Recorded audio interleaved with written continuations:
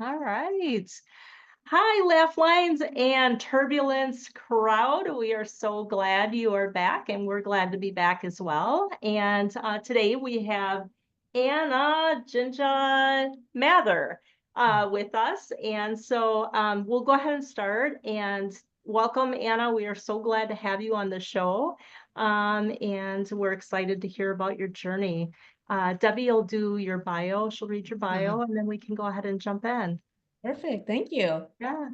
Once again, Anna, welcome. And let me just introduce everyone with your bio. Anna Jinja was adopted from Seoul, Korea, and grew up in Iowa. Her heart is filled with love for people and their stories. By sharing her adoption story and all that she is learning to help her navigate through personal and professional challenges, she hopes that this will lead us to meaningful connections. And let me see. And Anna invites you to join her learning adventure by listening to the people and creative content that makes her feel at home in this world. Thank you, Anna. Yeah, thank you Welcome. for introducing me and inviting me to be part of your show to laugh and talk about our turbulence. We got a lot of that, don't we? Yeah, I know. Lots. Plenty. Plenty. So tell us a little bit. I'm very intrigued with your journey of your adoption journey and now finally speaking out about that. And as well, when you wrote your book, you got some pushback. And so I'm really interested to learn about all of that. So you Yeah. have the floor. Mhm. I'll start with the turbulence because I really love that this show is for 50 plus, for anybody that can connect to those that are connected to us people where I'm like, I just turned 52 this month. So I'm like, I'm owning it. And this decade really is an important one for me because for almost all of my life, I have not wanted to say my name. So when I say Anna Jinja, when the show is named the Anna Jinja Show, it forces me to say my name every single week because before I would refuse to say it. So when people would do the roll call during class, they would say Anna Jinja, and my maiden name was Soderberg. So my parents were cruel. They named me, I'm adopted from Korea, and they named me Anna Soderberg. And so my parents are Norwegian and French. So when they would see the roll call and see Anna Soderberg, they would expect this blonde Norwegian girl to show up. And it would be me. They're like, Anna Soderberg. I'm like, yeah, it's me. I promise, it's me. And then when they say Anna Jinja, then they're like, would always stop and say, so what is this Jinja? What does that mean? And I would have to explain my adoption story. And so I just would skip it. I just would never ever say my name. And I just think as I moved into my 50s, and being able to do this podcast and talk about my adoption story, I do feel a little bit of sadness for that 10-year-old, that 20-year-old, that 30-year-old who refused to say her name.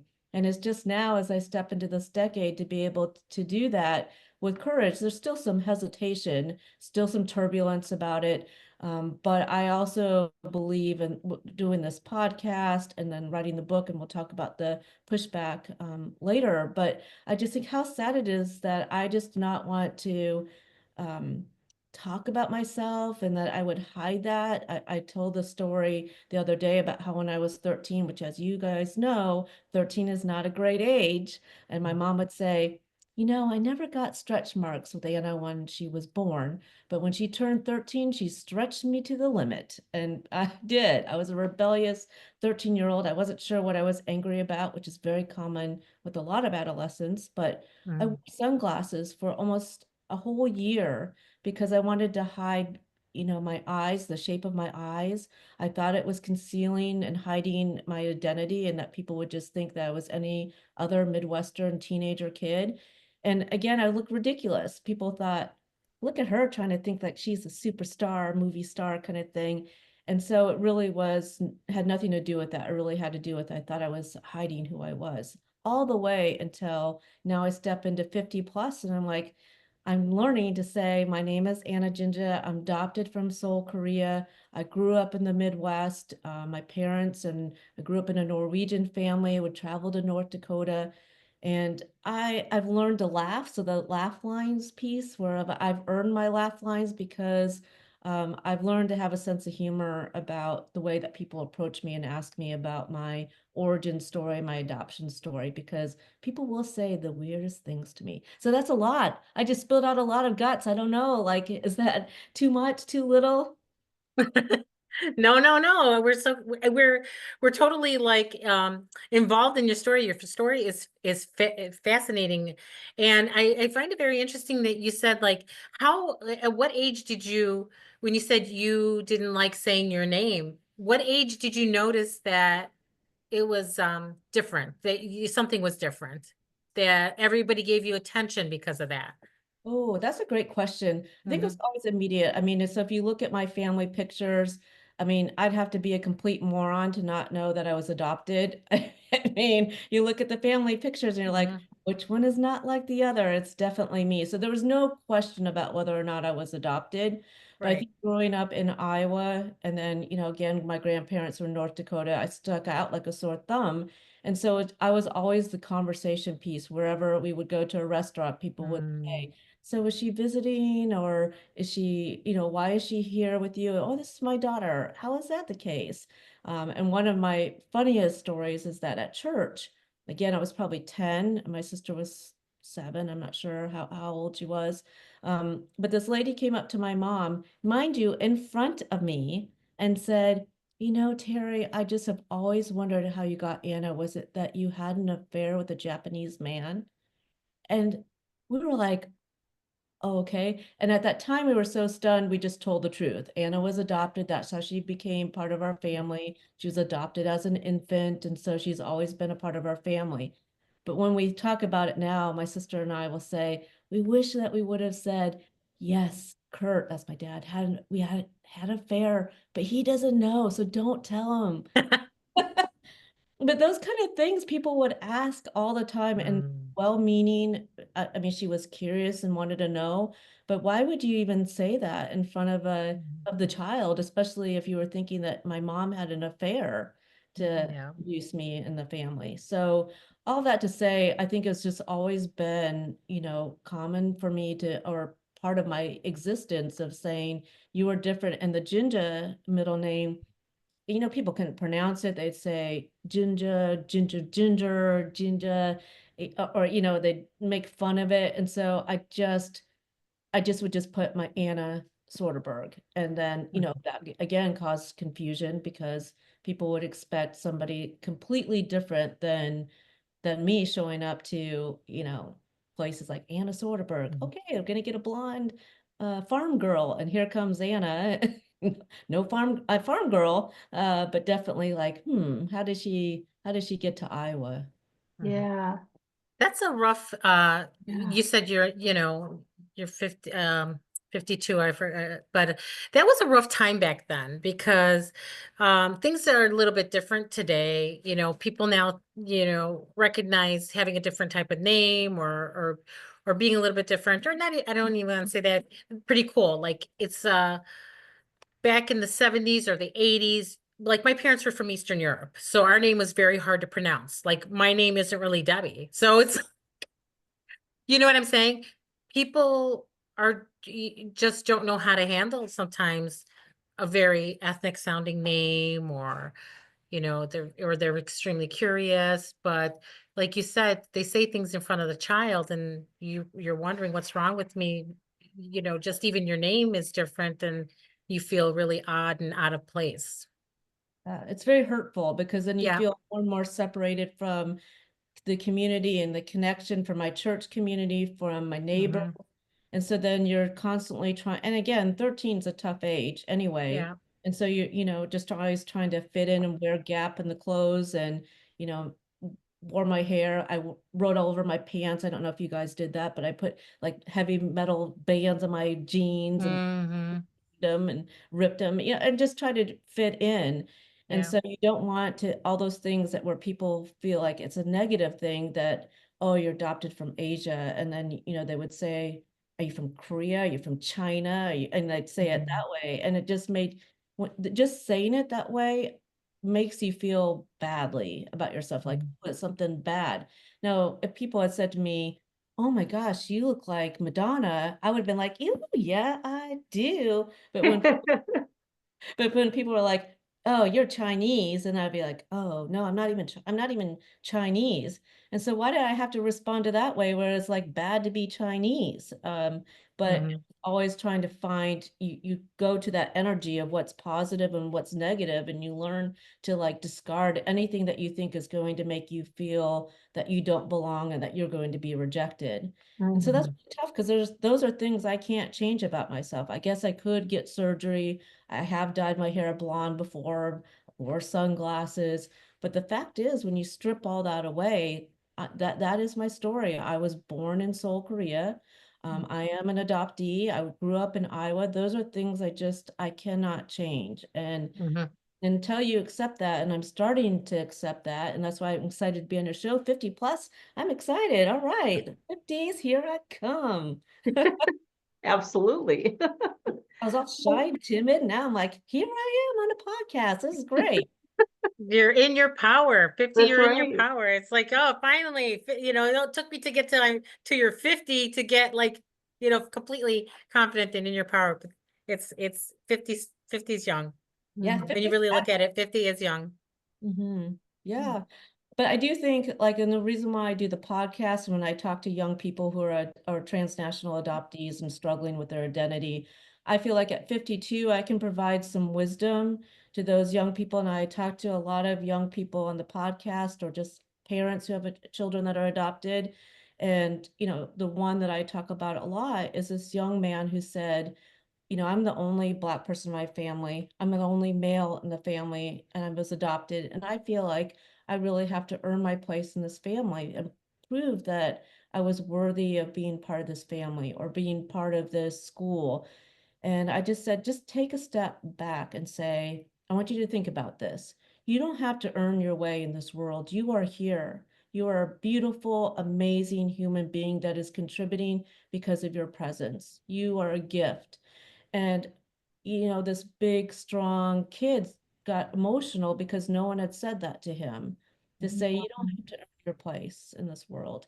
And so that's what I hope for adoptees or for those that feel like me who put on sunglasses and try to conceal who they are and try to feel like if I do this, I'm good enough. If I have a good enough job, if I get enough good grades, if I do this, I'm good enough. And I'm not saying that you have to be a little yahoos or jerkwad, but I also feel like you can just earn and just like you were saying, step into your power that you are here and you belong. Yes, Mhm. And I absolutely. love that you're taking your experience and you're helping others through that experience that you had. I think that's such an amazing thing. And doing it in your 50s, which Yeah. is like amazing, I it really resonated what you said about the fact that like you are already feeling this insecurity and this kind of like shadow of like not fitting in or not you couldn't really find your place there. And these folks kept saying things and that like just added more of that burden to you and that insecurity or just kind of, I don't know, it was like when you said it, the first word I thought of was shame, like shaming you for being who you are. Right. So I'm so glad that you're working through that and because you have an amazing story. So thank you for sharing that. Yeah. Well, someone defines shame as someone who takes away your joy. And Mhm. so, and that's what happens when somebody makes you feel less than, is that it takes away a joy of being here in this world and experiencing life. It makes you feel sad and dejected and like you're the other. And, Mhm. we talked a little bit about, I was trying to process it in my late 40s. I was trying to process a failed relationship and my lived experiences as an adoptee. And I didn't want to just write a blog. So I decided to write a novel to just process all of that had happened to me. And so I would write in the morning from 6 to 8 in the morning before my partner got up. I'm a morning person. My dog's a morning person. You saw him before, Floyd. Yes. We are morning creatures. And so I would write in the morning. and before the work started. And so it was really cathartic and helpful for me and healing for me to like reconfigure some of the things that happened to me and fictionalize it in the characters. And Grace's journey, the book is called Adopting Grace. And my partner at the time told me, this is a self-indulgent activity that really should not be done if it doesn't generate revenue. And you have to be really good to be able to make money if you write a book and you're not good at it. And so he hadn't even read it, but he had said that. And for me, that was so destructive because, first of all, it's the person that says that they love you most in the world and are Right. supposed to support your journey. And also, it was such an insult because the book that I wrote is not a book at the quality of a Barbara Kingsolver. I just read Demon Copperhead, which brilliant, amazing. But it's something that I felt like I wanted to create and put out there to be able to put into the world as a creative being. And for someone to crush that was so devastating to me. But I had people in my life that said to me, um, you know, wonderful human beings who said, Anna, have you ever written anything? I said, yeah, but it's all crap. And they're like, well, it's your crap. And you put that crap out into the world. I was like, great, I'm going to put that crap out in the world. Fantastic. But what I loved is that the support of women, um, Kate Walton created this group called Wild Words and Wisdom. And she said it's just for people who want to be creative, to support each other and to say, yes, let's put it out there and just like enjoy the process. And I never imagined it would get to the publication phase. In fact, I tried to like delay it and postpone it because I love the workshopping of it. I love the community of like people reading it and giving me feedback, and for it to come out into the world is really scary. And so it just came out in November. The publisher launched the book with me kicking and screaming and saying, I don't want it in the world. And I still don't, I'm still like a little bit quiet, but then I'm trying to, with this podcast too, like just say it's out there, it's okay. And even if it's crap, I mean, it's okay because I have something to say. And if someone like connects to one of the scenes, which is um, based on a true story of a mom who was adopted, who had adopted two children and had two biological children. And she was really frustrated, and she confided to me that she felt differently towards her adopted children than her biological children. And that she was really honest that she felt the mama bear protection towards her biological children, didn't feel that towards her adopted children, and sometimes she hated them. Now she was, I imagine, as any mom, was in that moment of extreme frustration and felt that she could confide that to me. It's a scene in the book. I've changed it to protect the person because I would never want to um, share that because she was being vulnerable in that moment. But for me, it hit me like a ton of bricks because I had never heard anyone speak the truth like that before. And it made me question everything that I had been told, that adopted children, mothers don't feel any different than um, their adopted children than their biological children. I had to question that. And once that little crack happens, then you have to like figure out what does that mean? And that was that scene. And so if anyone has ever experienced that or heard that or wondered that, because it really surfaced my biggest fears about what it meant to be an adopted child, to be able to put that to the light and to be able to say, so even if that is the case, what does that mean? And for me, it means you might love a child differently. It doesn't mean that the amount of love is any different. It's just different. Were you very close to your parents that your parents that adopted you? Did you ever feel you felt different in school as you mentioned, but did you ever feel lack of love or affection from your parents?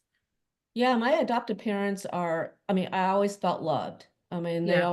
and to this day, even when I've been doing the podcast about adoption and ask those difficult questions, both my parents refuse to say, I don't feel any differently. You are my daughter. I mean, my mom grew up Catholic. And so one time I said to my mom, this is a scene of the book, she wouldn't let me do a slumber party and I really wanted to go.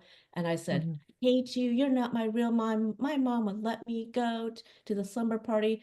And my mom was cutting carrots. She took the knife. She said, Anna, if you took this knife, stab me in the heart. And I collapsed to the ground, and all the blood was just like seeping all over the floor. With my last breath, I would tell you, Anna, you're my daughter. I love you. So you could tell she's Catholic. And so I said, okay, I'm going to my room. I'm grounded. And that story reminds me of kids will use whatever they can to push the parents' buttons, right? Mm, And that's what yeah. I was doing. I don't know if I really meant it. I just was trying to get my own way.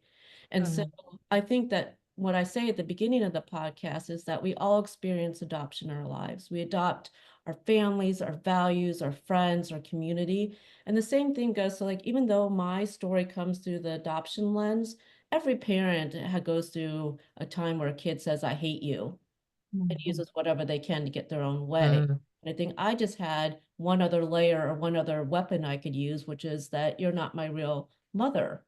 So I think I think the point of my podcast, I shouldn't say I think it, I know it. Come on, it's my podcast, is that we are connected. And the way that we stay and remain connected is to show a little bit of grace, a little bit of love and forgiveness, mm, and be able to communicate in a way that helps us find that love. So when people say to me, when I think about my partner who said at the time that it was a self-indulgent activity, which was a waste of time, he was saying that from a place of pain, and that he wanted me to work all the time on the business that we shared together, mm, and use that as a weapon against me to be able to get his own way, kind of thing. Now we're not together, obviously. There's a reason for it. And I wish him well, of course. mhm, But I think all those things, like where we can like say, well, what connects us and how can we have a podcast like this to be able to connect and say, when I listened to a couple of your other episodes about, the wisdom of a 50 or 60-year-old to say, I want you guys to get it so that way you don't have to suffer as much as I did. And to be right. able to move forward, that's love. That is love, to say, I want you to learn from all the things that I went through. And that's what Yes. I want as well. Yes. That's interesting. When I meet new people and I give them our card, we have our card, our card that with our QR code, and I'm a flight attendant, so I meet new people all the time. Even my crew is a different crew every time. So my crew ranges from young to old, female, male, whatever. But when I get a young woman, when I have a younger, female, on the jump seat with me, and I said, well, I have a podcast for women over 50. And she goes, oh, do I have to? I go, no, you don't have to be 50. I go, because you're going to get here too one day. So we want to share our wisdom for you, whether you're 20, and I tell everyone, whether you're 20, 30, 40, whatever age you are, just listen to it because you're going to get here. So, we want to do that for you. I So, love that, Debbie. yeah. Well, and I think so when people say, I'm not adopted, so I can't connect to your show. And I'll say, well, have you ever felt like you don't belong? Have you ever asked about your home? Have you ever talked Mhm. about or thought about, why am I on this earth in the Right. first place? So we all ask those questions. Mhm. And so when you move to a new community or go to a new school, you're basically adopting a new family, a new community, a new thoughts, and a new way of life. And so I think we think that we're different, but really we're really not that different. Right. I love how you said that. I love how you put that in words that you're adopting a new school, Yeah. new life, new school, or with the feeling of not feeling belong. I love it because your podcast reaches much more, a much wider audience than, some people may think or that, you may think. So I love that.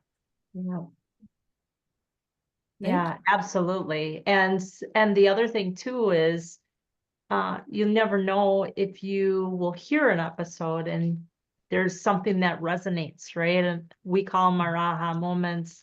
Um, but that person who listens might be able to apply that piece to their own life, or they might know somebody that it's always these ripple effects, right? So uh, I think that what you're doing, yeah, definitely would apply to anybody.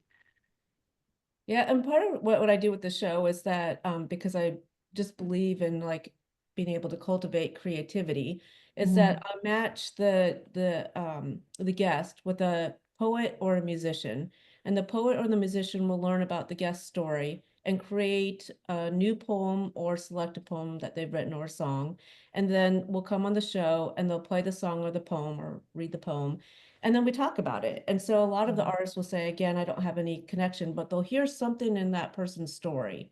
And that's what they'll write the song about. And then so many times what happens on the show is that people will say, you could not have known this about me, but I have such a connection to a goldfinch. And you wrote the song about this goldfinch and about how it reminds me of my home or this or that kind of thing. And so all of those ways that we connect, I think it's just it's such a miracle and so amazingly beautiful that we think we're not connected. And then a couple of guests have ended up being good friends. I get like messages like, we just went out to the forest for a walk. I'm like, what? And then I'm like, how come you didn't invite me? Rude. No, just kidding. I'm happy for it.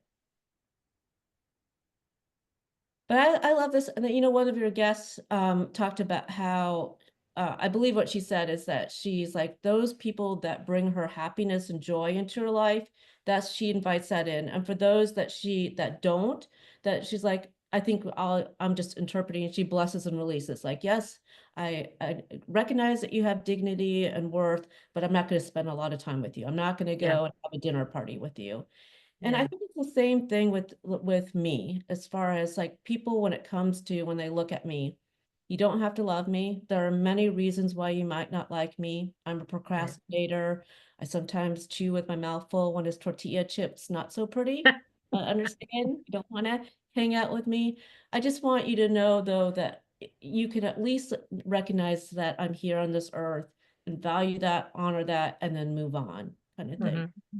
And then Mhm. if I am your cup of tea and you're scared to ask me because you're scared to ask me questions like, do you eat kimchi? I would say, no, I hate it. I think it stinks and smells terrible. And that's why I was adopted, because I'm not going to eat that kimchi crap stuff. Uh, I love it that you can laugh about it. I mean, it's I think it's kind of funny when you tell jokes like that to people too, and they take them off. It takes them off guard a little bit. It's like, you know, Love yeah, that.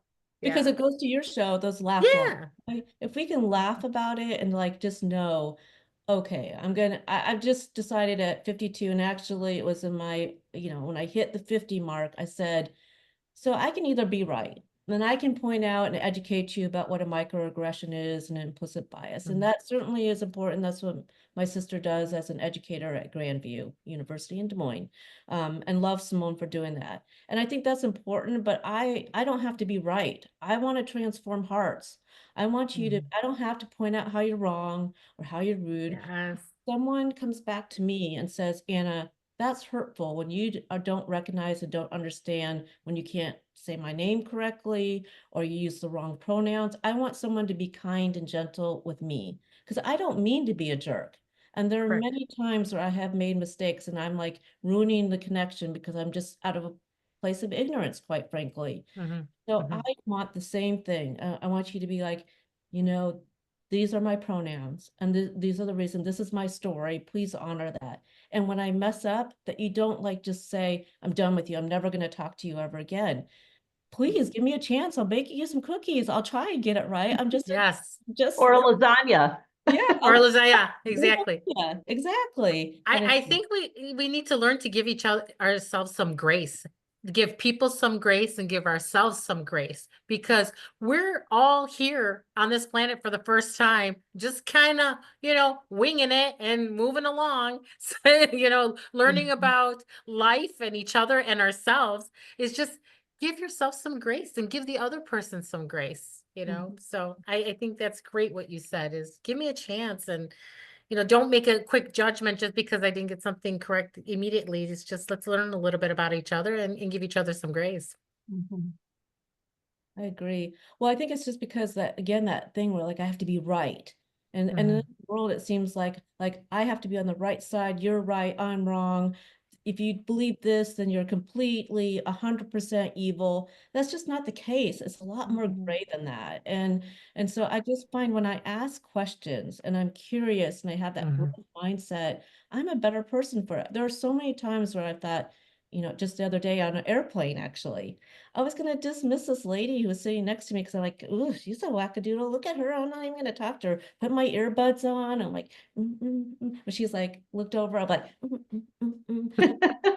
just totally ignoring her. But then I heard her say, hey, I want to buy my husband a drink for our 40th anniversary. And then I was like, oh, congratulations. Then we had this huge, long conversation. And this lady is amazing. And the other thing I found out is that she had a short time to live on this earth, and that she and her husband were traveling the world in the plane to be able to make sure that she traveled all the places that were on her bucket list. I get teary. And I know, you're making me teary too. so I was going to totally dismiss this woman Yeah. and not have a conversation with her because I was being so judgmental and close-minded and cranky and just like, I'm not talking to her. And here, this beautiful spirit who doesn't have that much time in this world was telling me all her words of wisdom and about like taking life on as we should and just explore. And she talked about her daughter who was like rushing to get married so she could be there for her. And I was like, what a jerk that I am, that I was gonna completely not get to know this woman because of like how close-minded. And so that's the thing. All these ways that we think about like race and things like that are really big, but when it comes down to it, it's like when you're sitting on a plane next to a human being, are you kind? Are you curious? Yes, Yeah. yes. Absolutely, absolutely. And I love that story. And you're gonna make me cry because you kind of look at something like this, a story like this, and you're like, wow, you've learned something about someone else and you've learned something about yourself. Like, and you look at yourself and you're thinking, I am so, like you did, you started talking to her and she started telling you something and you learned something from her and she got something from you. So what a beautiful connection that was. Yeah. And the airline, amazing. The flight attendants, so all that team, like, I don't know if they knew her story or not because she had been flying so much, but Mhm, they didn't charge her for her drink and like gave the drink to her husband for free. And I just think, mhm, oh my gosh, all these people coming together on the plane connected to this one woman's story. And mhm. so I appreciate, I will never forget that. It just happened on my birthday, turning 52 on my trip to Oh, the West. And so what a gift to me, and a really good lesson to remember. yeah, Wow. that's great. And to be in the presence of somebody Mhm, who is doing this, like has this limited time, knows she has this limited time, but she's like living life to the fullest as much as she can. What wow. an amazing gift to learn that. Yeah, she had just been on a safari in Africa. I was like, Ah, oh my gosh, Oh, that's amazing. wow. incredible. So she's living life to the fullest to the very, very end. And what a lesson that is. Like, I think we go through our routines and we think, okay, I'm gonna go do this, go grocery shopping, do this. And here it is, take a pause and just think how beautiful life is. Really, Yes, what a gift. And you two, absolutely. I love what you're doing. I was so excited to be on your show. I was like, Oh, love everything about it and listen to it. I'm like a huge fan. oh, Anna, we love that. Thank you so much. We're Thank so you. grateful that you joined us. Oh my gosh, we're so happy. Yeah, We're so happy. absolutely. Yeah. We're And having what a I lot think of fun. We're having a lot of fun doing it. it's kind of funny, and I don't know if you do that too when you meet people too. You're like, well, I had this podcast, and Well, I did that on the flight to Key West. I was talking about it, and the woman next to me said that her husband is an adoptee. And so we just got to talking about, I'm like, well, I do have this podcast. Let me give you one. Let me get you a card. I know, right? It's like here's my card. And I would not have done that in my 20s. I would have been so embarrassed. I would have been, like, Mm, I can't do that. I'm gonna, I'll just be quiet kind of yeah, thing. So, Yeah. so like your previous guest said, just invite those that are bringing happiness to you, like figure out how Yes. you're going to do it, and then be brave to say, you know what, Yes. I host this podcast. I hope that you listen to it. It's an invitation. If you don't listen to it, then I hope you're listening to another great podcast. Right. Right, exactly. And have fun with it. That's another thing, Gina and I, you just don't take everything so seriously all the time either. Have fun in life. We forget sometimes. And sometimes we have this stigma when we, as we age and we're over 50, we have to be this most serious, wise person. I'm like, okay, yeah, I'm wise, but I'm like, I could still be fun too and be silly. It's just I just it's just have fun in life. That's it. Enjoy your life and have a good time.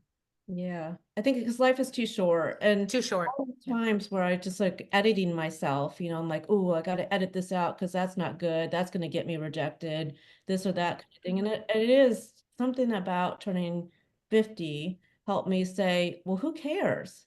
Who Right. cares if they reject you? They can say no, thank you. Because I say no thank you all the time. I say no thank you to kimchi. I say no thank you to people who say that's a self-indulgent activity. I'm like, no thank you. Bye-bye. Bye-bye. Yeah. By the way, I love kimchi. You do. Oh my goodness. I do. I'll leave it for I mean, yes. So there we go.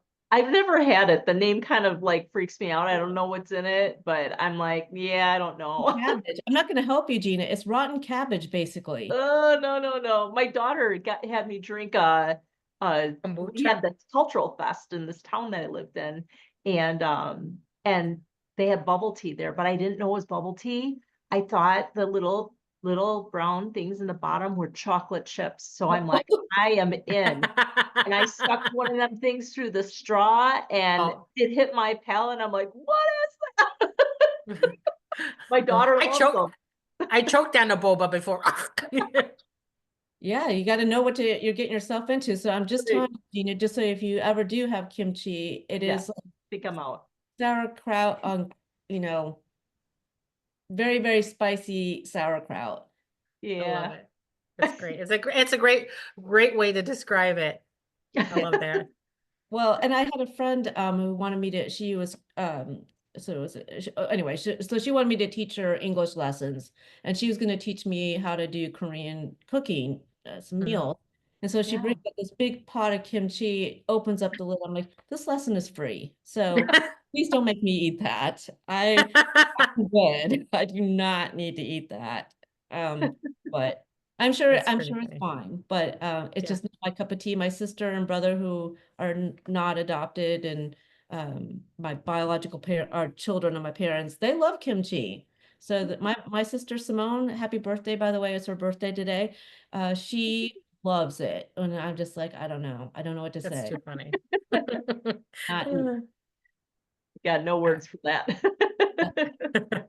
oh my goodness. Well, what questions or advice do you have for me as I go out here and stepping into the early 50s and get to 55? At 55, do you know, at Denny's, you get like your discounted meals. So at 55, I'm inviting everybody. I'm going to have my party at Denny's. That's That's awesome. That's awesome. yeah. Start looking, Anna, because once you start turning, this was with the senior discounts in your coupons, okay? Yeah. So now you start signing up for all of your senior It's the Benny's. I It's the I 50s tell people Benny's. I tell people all the time, I go, I know it's hard to believe I'm 55, but I will sign up for your coupon. As she gets her big folder out, she's got a giant binder. Oh yeah, I got a big folder of senior coupons. I check and see, or now I ask, like it's kind of funny because my daughter's military, and she's like, when we go somewhere, she's like, she's 24, she's like, do you do a military discount? And I'm like, do you do a senior discount? Now we just look like a couple of cheapskates. I don't care, coupon's a coupon. Exactly. Well, I And got to go ahead, I'm go ahead. I think you like this because it's true. Yeah. And my sister always says, you always pay people compliments, but I say, I never say a lie. I will never say, oh, I really like that dress if I don't like it. So 100%, you both do not look like you're 55. You guys look amazing. Your skin, you guys look Thank like you. you are very young. So. Thanks. Thank you. I'll be Thank you, Anna. 57 in December, so Gosh, yeah, I never would have guessed. I thank mean, you. Aw, Anna. again, I think the other guest said, I'm going to age gracefully. I'm going to rebel against it. So I slather all sorts of moisturizer and stuff on my face and stuff like that. But Mhm. you both look fabulous. And And, never, and so do you. Your hair looks Yeah, fantastic, by the way. yeah, love the hair. Love the long hair. Love it. So it looks awesome. It looks very I'll tell healthy you a for you. secret. So I did what I did because I knew we are doing this is that I did get, the root thing that, the color, the dye. So I did do that. Yep, looking good. It looks good. I did that Love this it. afternoon. Full confession. Gina's known for that too. She's Oh known for yeah. putting everything from eyeshadow to mascara on her Well, roots. yeah, I did that once for a Hmm. podcast because I had the great, well, it's starting to come in again. Yes. And it's coming in faster and faster. I can't keep up with it. But one day I was going to be on a podcast and I'm like, oh my gosh, my roots look horrible. So I'm like, I'll try this mascara. So I'm That's like dabbing it and the wand got stuck in my hair and like had all this hair wrapped. It was bad. So I always tell So people, funny. don't do that. I'm gonna I remember that because I thought that was gonna be a good idea because Yeah. it's just always here. Yeah. Oh, it's Yeah. so And offensive. annoying. I I tried going gray for a year. Gina knows my gray story. My hair was like long like yours about a year ago. But I'm like, no, I'm gonna go do gray blending. It's the whole rage. And my daughter's She like, was just very grow your hair confident. out gray. Yeah, Yeah. I hated it. And I'm never gonna listen to anybody again that says go natural. I don't care. I don't care. I'm going to do what I want to do and shut up. So now I went gray blending and did gray hair and I had like a couple of TikToks on it. It looked stupid. It was dumb. And it was just and my husband just was like, and I'm like, never again, never again. So I'm gonna diet as long as I want, as long as I can, and all that. So Yeah. do what you want to do. And that's Love what the it. bottom line. Do what makes you feel good. Thank Yes. you. Well, Do do you what know makes you feel good. Hillary just passed away, and I used to watch Love Connection all Oh the time yeah. in the 80s. I don't know if you remember that. But then when they Yes. show it, the reruns I've watched, like the people like their age are like 33 and they look like they're 65 because they didn't do hair dye properly. And so, Right. wow, I love it. Like you fast forward to like modern days with the hair dye and stuff. I'm like, we can look fabulous as long as we want, thanks to those baby, Yes. I'm like, yeah, all right. Yes. 100%, 100%. I love Norma Kamali. Do you know who Norma Kamali is? She's a fashion designer, Norma, and she's like 78 and she looks amazing. And she has like this short bangs and this brown hair. And, and someone asked her like, why do you still dye your hair? And she's like, because I feel brown. I love I don't feel that. gray. I feel brown. I'm like, excellent answer. Love Why it. do you need to, why do you need to explain to everybody why you do what you Yeah. do? Yeah, I'm 55 years old. I ain't got all this time to keep explaining to everybody, why I'm doing what I'm doing. I'm checking out that Norma. I love that. And I love Yes, like again the authenticity piece. Like if you want to be brown and you own it, and if you want to use a mascara one and it actually works, you go, girl. yes, that's right. If it doesn't, then don't do it because you don't want And to try something else. Well, if you don't try it, you don't know. So and never will know. So that I mean that Yeah, is a valuable tip because that does make sense that a mascara wand would work. yeah, yeah. yeah. And It's a little volume that on was there a too. really sad day and not Oh, good. Not good. And then I hope that nobody would see it, right? Like this Yeah. black, because I got black mascara, my hair's like brown. So I don't know, reddish brown. Some days it's darker. I don't know. But I love that you share it though. I love so much that you shared that because I think there are so many women out there who can feel it. well, yeah, I'm Mhm. probably not the only one who tried the mascara wand. Oh no, especially the Zoom meetings. Are you kidding me? Every woman's been In like, a pinch, gotta yeah. try something. Yeah, for Yeah, sure. yeah. I love, Anna, that you talked about how you saw one of our episodes and the person that said, surround yourself with happy people, with people who Mhm. bring you joy. I love that. And I wanted to ask you, you said one of your favorite books is The Happiness Project. Mhm. So I found that interesting. So can you tell us a little bit about that book? I have not read it. I don't know if Debbie has. I've heard of it though. Yeah, it's The Happiness Project by Gretchen Rubin. And so for me, it was such a profound book. I took it on a vacation Mhm. with my ex-husband, and we were married at the time, of course. So we went on this vacation to save our marriage. And I had brought The Happiness Project, and I read it, and she talks about, like, in one of the chapters, about how she really wanted to like opera, but she just didn't. And so she just decided that I'm not going to fake and pretend that I like opera. I'm just not going to do it. And so she embraced her authentic self. And I think that book was so important to me because I thought, here I was at this amazing resort, and I was so incredibly unhappy. And I Mm. thought, I just imagined my life like I wanted to do vacations completely different than my ex-husband. And there's nothing wrong with the vacations that Right. we're having. But I was incredibly unhappy, and I just imagined myself at 80 doing the same vacation and being pissed off because I didn't have the courage to say, this does not make me happy. I don't want this life. I don't want I don't want him to be unhappy, and I don't want me to be unhappy. And so that was a step after reading that book that and there are many things that go into the breakup of a relationship. But that book was a turning point for me, and I recommend it just because I think that when we think about happiness, that we have to feel good all the time. And Mhm. for me, the definition really is, am I being my best self? Am I being authentic? Am I being real? And Gretchen Rubin helps, she's got a podcast, she's got so many books that are the path to like figuring out, like, so what can I do to bring happiness into my life? And again, it doesn't have to be all like, oh, I feel good, I'm happy all the time, he. It's just really finding that and resting into what your podcast is about, is embracing who we're meant to be in this world. And we have one life. You were just saying, like, it's not a dress rehearsal. This is it. And so why be unhappy? And that book is so thank you, Gretchen Rubin.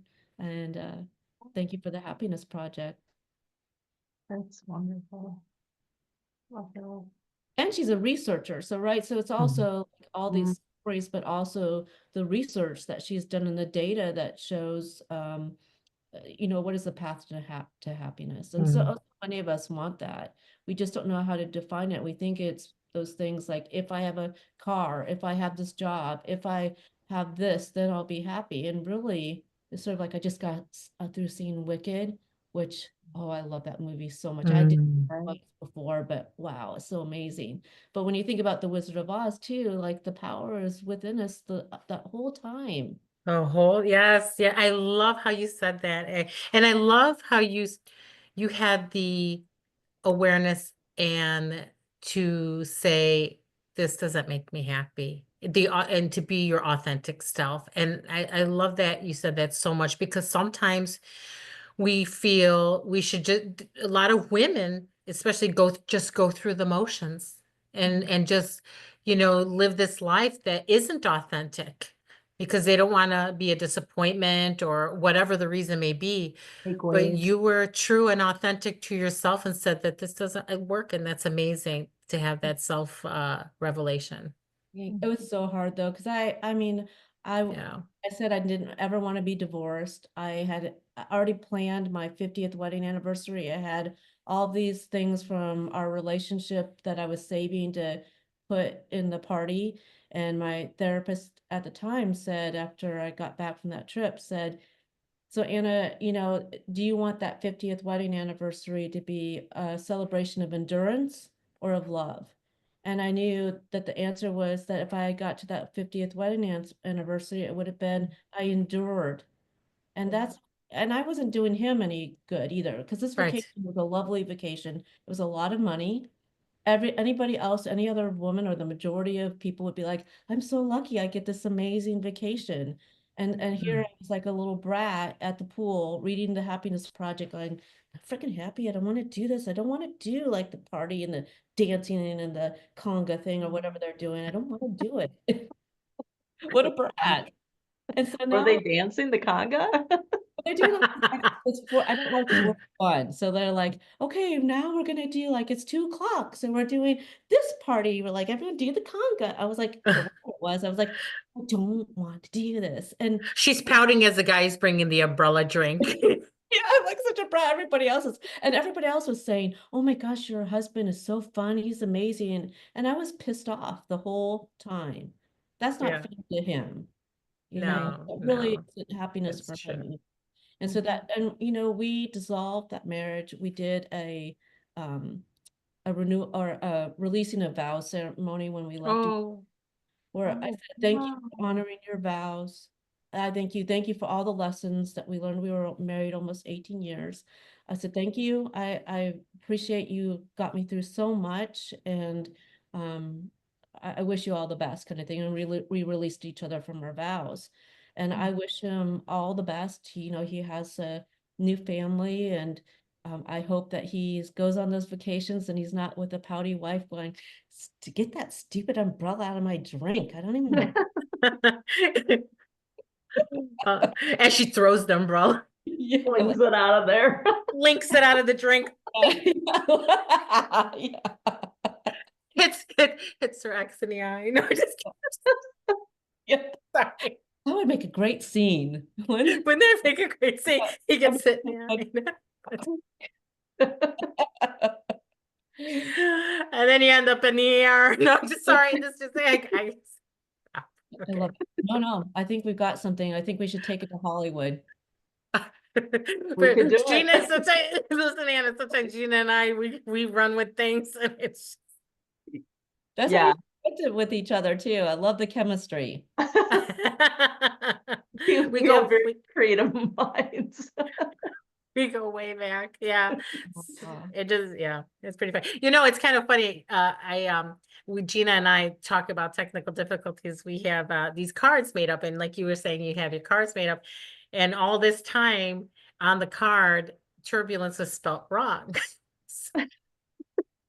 And the irony of like, well, and it's like it was just on the card and like on our logo, and I'm like, And on our Facebook thing, and yeah, yeah. it was on the logo, but the actual words, and I'm like, no, Gina. She goes, it's turbulence is spelled wrong. I go, no, because I get it on I know what turbulence is spelled like because I see the word all the time when I fly. I know, but it was in the logo. So just recently, I was on an overnight, and we're sitting well, we go down as a crew to the bar sometimes, and then I handed my pilot, my captain. He goes, oh, I wanna see your podcast. Can I watch your podcast?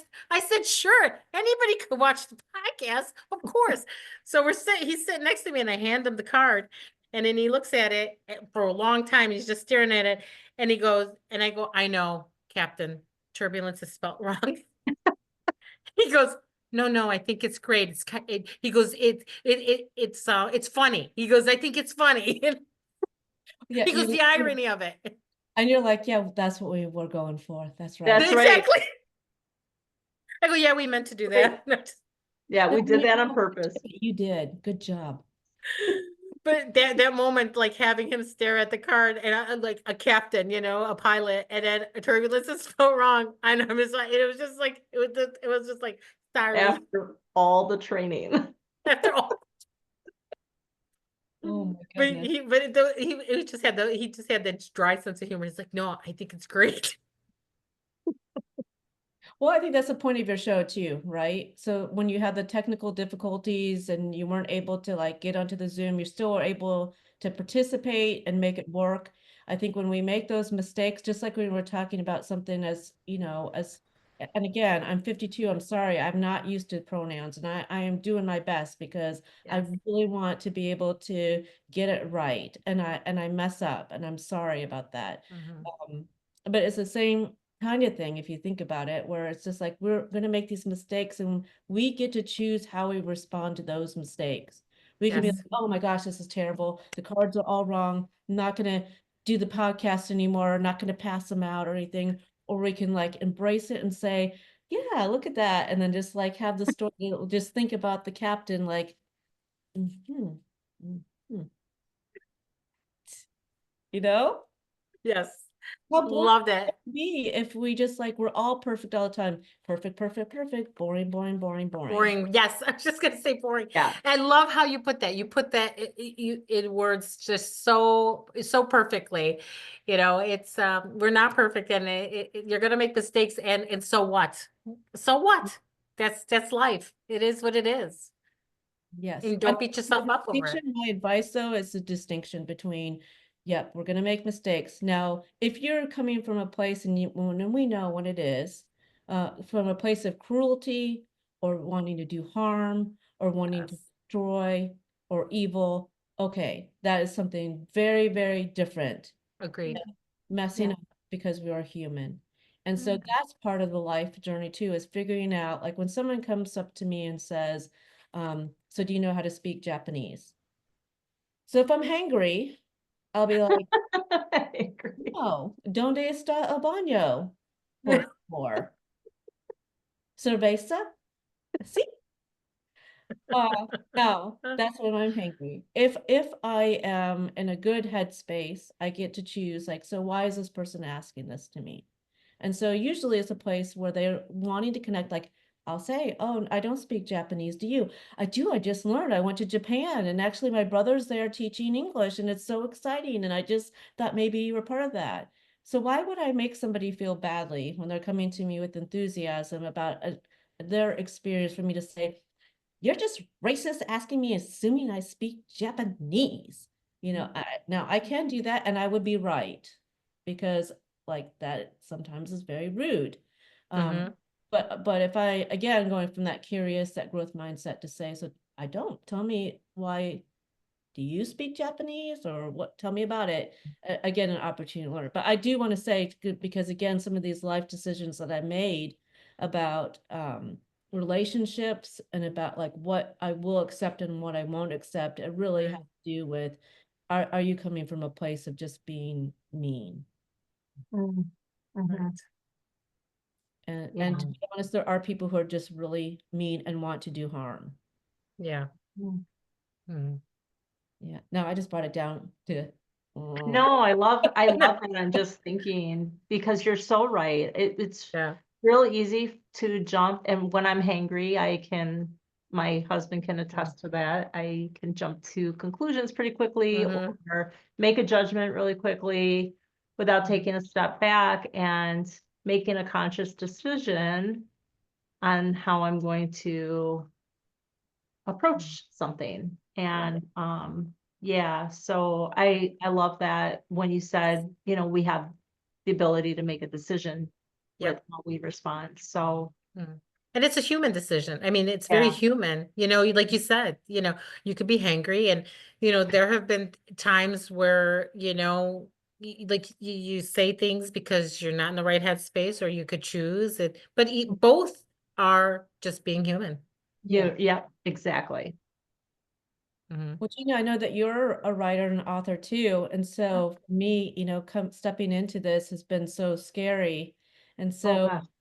so what do you do for those that are like in my space where like, I don't want it to come out? Like, what advice do you have for all of us out there who are scared? Yeah. So I was gonna say to you earlier, that I think every author has that. I still have that, even just submitting a story to a, a group of fellow writers. Like I'm always in my head, like they're gonna hate it. They're gonna look at my grammar. They're gonna look at my sentence structure. They're gonna absolutely hate it. And I'm just gonna get like this horrible negative feedback. So it is scary because you're vulnerable once that Hmm. releases, So I don't know. I don't even know what advice to give. It's just saying, you know what? It's gonna be okay. I think my biggest thing, my first book, um, it went through edits and edits and edits and edits, and I did the final review just to make sure, and And it came out, and when I was reading it, I found a grammatical error, and I just about died. I just about died, and I'm messaging my publisher and freaking out. I'm like, oh my gosh. And she went back to what we've been talking about. We are not perfect. Every book has something in it that is like a little error or whatever. And she gave a great example of there's a country that, and I don't remember which country, but they make rugs. And they deliberately put an error, they put an error into the rug, and with the statement of the only God is the only one that's perfect. And so they deliberately put a little error in the imperfection in the rug, because that's their mindset. And so she told me that. I sometimes I'm still like in my head about it. But it's so unique. Like, when you think about it, like you said, Yeah. the error in the rug that's what makes Yeah. it so unique. Yeah. I think that's a great way of looking at it too. Like, if the uniqueness of each one. I think that going back to your question, I think every person's story is important and valuable, and there's always going to be somebody that will learn something, or whatever your top goal for your book is. My top goal was bringing joy to our world. And if I could bring joy to one person, I've reached my goal. And it wasn't about, like you said, it wasn't about the money. Like, I know with book number one, you're not gonna gain back everything that you poured your heart and soul and everything into that. But I poured heart and soul into it to bring a message to our world and to just make people be happy and like bring joy or a smile. So, yeah, I will always be in our heads as authors. I really feel. That's But I beautiful. think that congratulations on the writing of your book and like getting this far, because it takes a lot to do that. Yeah, thank you. I appreciate that. I love that too. I love what your publisher said. I'm going to use that. And also, I love that you are putting joy into the world. And so, and giving that a little bit back to yourself. Yeah. Yeah. Yeah. I love that journey of like being able to support those creative endeavors. And, a friend of mine, the same one in England, gave me the book, The Artist's Way by Julia Cameron. And I love that book. That's another good one as far as just for her, it is almost a sin not to be creative Yeah. and provide Yes. like very tactical, actionable items that you can do to make sure that you support your creative journey. Amazing. Yeah. And everyone's creative journey is different too. Like creativity is either like, the arts or, writing, singing, even like comedy or Cooking. talking. I think even cooking can be Cooking, that. yes. Absolutely. That's an artistic expression as well. Absolutely. Yeah. Mhm. So there's so many different outlets of artistic expression for sure. So Yeah. yeah, Yeah. And very anybody who unique. squashes that, you come and call me. I'll support you. Anybody says to you any version of what was told to me, you call me and I'll say, yeah, no, bye-bye. Uh-uh. Bye-bye. Yeah. Love it. Bye-bye. Who that person is and how cute they are or what they say or what they do, bye-bye. Yeah, absolutely. Mhm. And people want to learn more about your podcast or Yes. learn more about what you're doing, or if they have questions, what's the best way that they can reach you? Yeah, I would say the website, which is www.annajinjashow.com. Okay. And the novel is Adopting Grace by Anna Jinja. I didn't use my last name. I just wanted to put out there boldly Anna Jinja. Yeah. And so I invite you to read it. And then you can always email me at hello@annajinja.com. And again, if that person ever tries to squash your creativity or the joy or the beauty of who you are, Yes. email me and I will just be, yes, I'm just gonna love on you. Yeah. Oh, I thought you were gonna go kick their butt. I'll come with the mascara We were wand. waiting. What's the answer I'm here? like, she did. Somebody tries to cry. I'm like, she's gonna go kick their. I will take that mascara wand and I will wrap it around Okay. so tight and then just and then like the little umbrella in my drink, ping, ping, ping. A million umbrella stands going right into your face. Love it. So much fun. This Wish has I been had these. Anna, I love your energy. You are so much fun. You're so easy to talk to. You're so much fun. I can't wait. I'm like sitting here on the side trying to like, I'm going to follow your podcast. This stuff. I'm like, as we're speaking now, I'm like, trying to like, be polite, but at the same time, stalk you. So it's I love it. Let's stay in each other's lives, please. please. I would love I that. think it would be great to have you on again. Actually, we'd love to have you on again and maybe we could talk about some other topics, like Gina and I, we sometimes do these lives, like we're doing one on gratitude and, they're like just funny stuff, or we talk about like aging or beauty secrets or whatever it may be, things that come up. If you want to join us again, we would love to have you. Oh, I love it. This was so much fun. You guys, you are amazing, wonderful human beings. I'm so glad Aw. you're in this world. And I'm thankful for you. We're Yes, thankful and for we're you thankful too. you too. Equally Very as thankful much. for you too, Anna. So yes, we're definitely keeping in touch. We're now your new best buds. Yes, we are BFF. I love it. We come in a set. We don't have so, any other friends, so now yeah.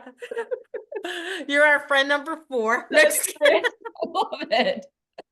well, That's very funny. So next episode, we'll talk about that because I have a funny story about how I'm number 2. Okay, I think that would be great. You know what? Cool. Wonderful, because they're done and done. Excellent. We'd love to have you back, love and we'll it, talk love about it. that. And for the listeners, we will definitely add Anna's information, the links Yep. to her places that you can find her on the little chat below or whatever you call it. Anyways, it'll be on there. You can click on those links and be able to reach her if you have questions. Yes.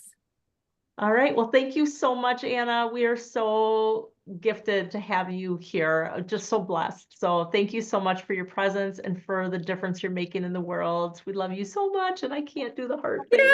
Yes. I'm No, did you learning. know the new thing? Wait, there's a new way to do it too. That this is like considered Gen X. Oh, I okay. can't even. There's like there's a new way to do the heart. I forgot. I can gotta look it up. You can tell I'm 50 plus. I'm like, I Right. We I can't got move cramp. our fingers anymore. get the pet gay. Thank you. Thank you so much. Thank you, Anna. So we'll see you.